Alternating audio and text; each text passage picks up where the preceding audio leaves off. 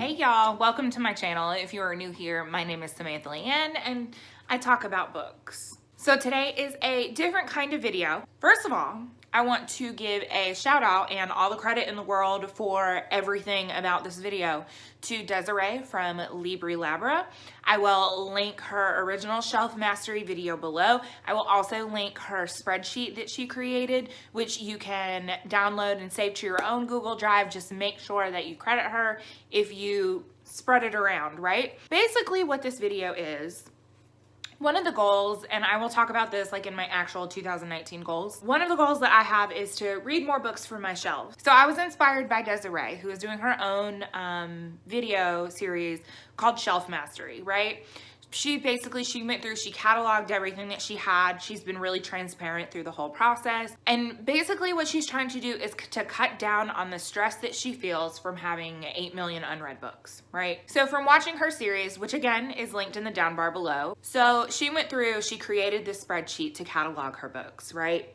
So in this spreadsheet, and it's really actually amazing, and I'll post some screen grabs of what it looks like next to me as well for my own spreadsheet. But basically you go in, you create your library, and so by the time you get to the end of the spreadsheet, you know, once you've added all your books in, there is a space for the title, the author, whether or not you've read the book, and what formats you have it in. If you're anything like me, I have a lot of different books in multiple formats. So it keeps you from counting the same book twice. So at the end, you have a space for how many physical books you own, how many ebooks you own, and how many audiobooks you own. But if you want to get a better idea on what titles you own that you haven't read, there is a separate space for that. Again, there is a graphic, will be a graphic next to me, so that you can kind of see what that looks like. So again, I was inspired to really take my own inventory because I know that I own a lot of things that I haven't read yet. And then of course, going through, getting more things, whether it be from Book of the Month or Book Outlet or whatever the case may be, I wanted to see roughly how much of what I own have I actually read. And the results were better than I thought, to be honest, like when you look at it percentage wise, right? In addition to doing this, I also use an app on my phone called Book Buddy, but I'll talk about that a little bit later and how that's useful for me.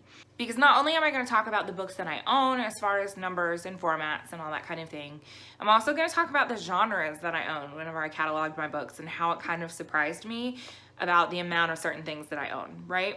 Okay, so I had to grab my laptop because my other tablet doesn't want to load anything. So let's talk about like the actual numbers, right? When I loaded everything into my spreadsheet, as of right now, as the filming of this video, because I'm pretty sure that there's some stuff that I've received in the mail that is not on here, the total number of titles that I own is 796.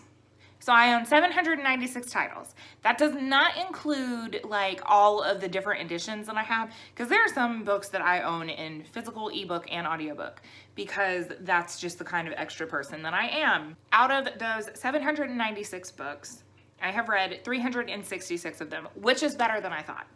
I'm looking at like roughly around 40 to like 43%. Again, it's better than I thought that it was going to be. So that leaves my unread books at 430. And I think a good amount of those are going to be like some of my ebooks, especially when you look at the classics that I own, because I'm going to be honest, I've kind of given up on classics. Like there's some that I'll probably eventually read, and I have a lot of free like Kindle classics and Barnes & Noble classics, but there's a lot of them that I just won't read, and I know that. So I may end up taking them off of the spreadsheet at one point just because like I know I'm never going to read them. Okay, so then when we break down like the formatting, 258 hardcover books, 240 paperbacks, 278 ebooks, and 235 audiobooks. I do not need your judgment.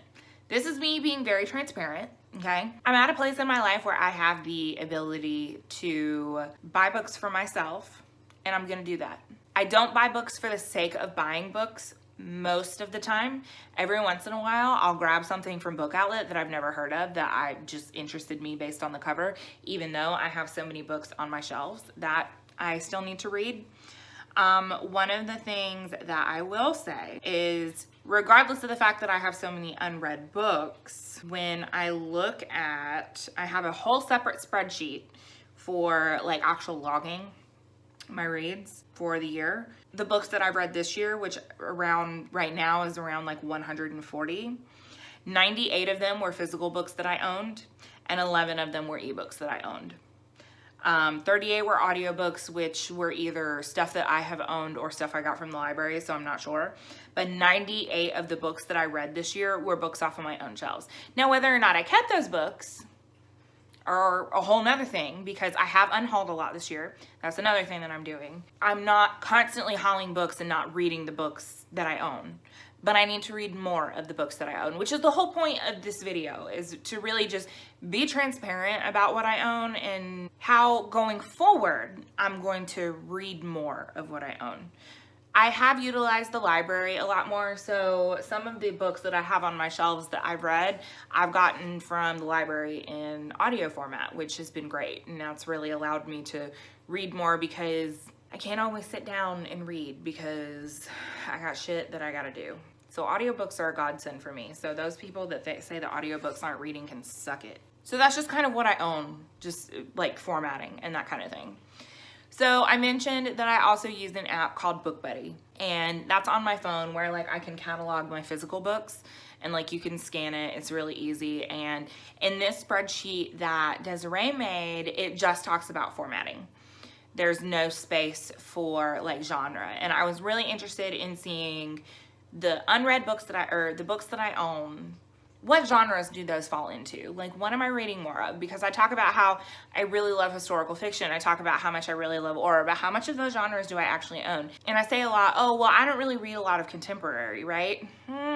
Well, BookBuddy showed me that that was a lie. I was really surprised to see the amount of contemporary that I bought. And one of the things that I've noticed is when I read contemporary, it's not Jodi Picoult. It's not Nora Roberts. It's not contemporaries like that. It's stuff that's a little bit more heavy. I have a lot of contemporaries down on my shelves from diverse authors, which I really love. I make it a point to pick up books like that. So I think that that's where a lot of my contemporary does come from. So classics, I own 59. And again, I'm gonna be honest, like I'm probably just never gonna read a lot of those. Some of them I will, like there's some Jane Austen that I wanna read. And like Anna Karenina is a bucket list read for me, like Moby Dick, stuff like that. But then there's other ones, like I'll probably never read The Three Musketeers. I might read Les Mis if I find a good audiobook for it. You know what I mean? Stuff like that. So I wasn't surprised to see that many classics, but I don't think that I'll be reading most of them, if I'm being honest with myself. Contemporary books, I own about 109 as of the recording of this, which again surprised me, because I always said, oh, well, I don't really read, you know, a lot of contemporary. I like heavy contemporary. Is that weird? I don't know. I like stuff that's gonna really make me think about things like that. So I think that's why I own so much contemporary. Fantasy, I have a whopping 144 fantasy. Now, a lot of those, I will say, come from like series. So you have Song of Ice and Fire, the Narnia series. You know, we're not divvying this up into age group here.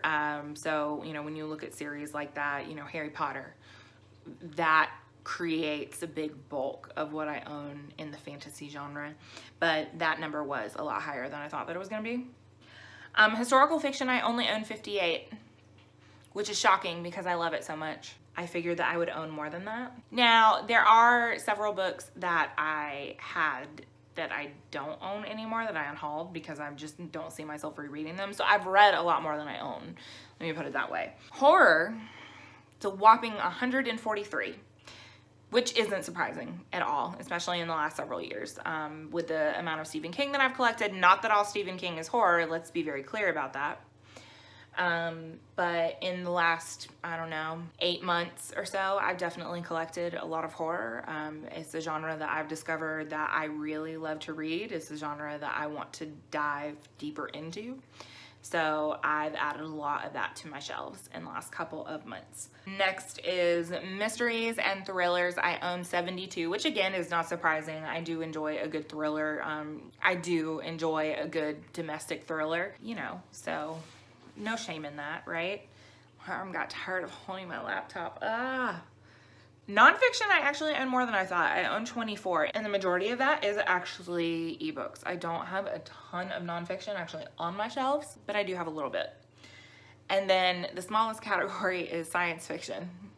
Science fiction, I only own about 9, which is a little surprising. I say it's a little surprising, but it's not that surprising. I know I haven't read a ton of science fiction, and I'm sure that there's some of the stuff that I included in fantasy that has like elements of both.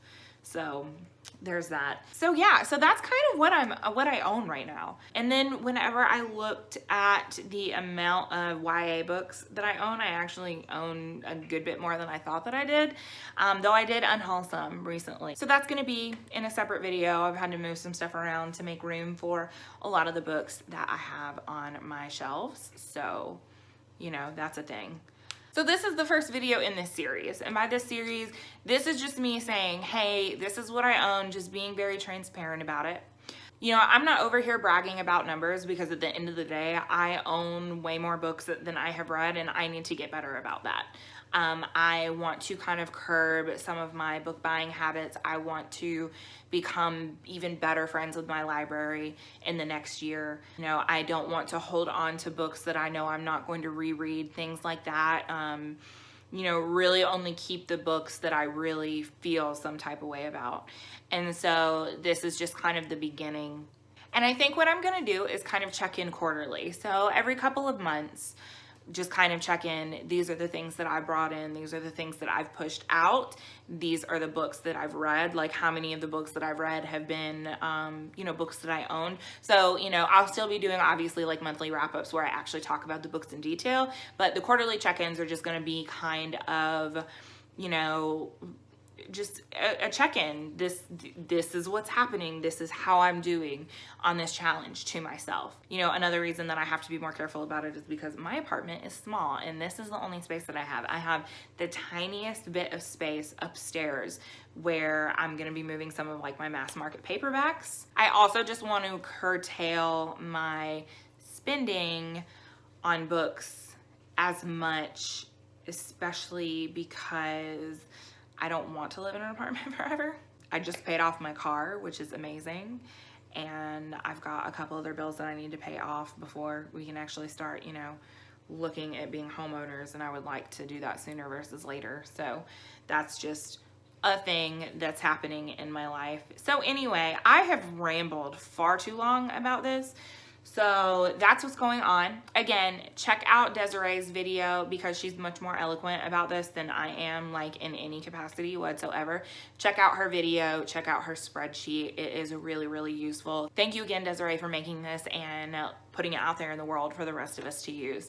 I super appreciate you. You are absolutely wonderful. So anyway, that's all I have for you guys today. Comment down below and let me know what you think of all of this. Do you have any similar goals for the year? If you want to know more about the apps that I use as well, or if you would like to see a separate video on that, comment down below and let me know as well. You can also reach me on Goodreads, Twitter, and Instagram. All of the links can be found in the down bar below. As always, if you like what you see and you want to see more, make sure you click thumbs up or hit subscribe if you haven't already. Thank you guys so much for watching, and I will see y'all next time. Bye.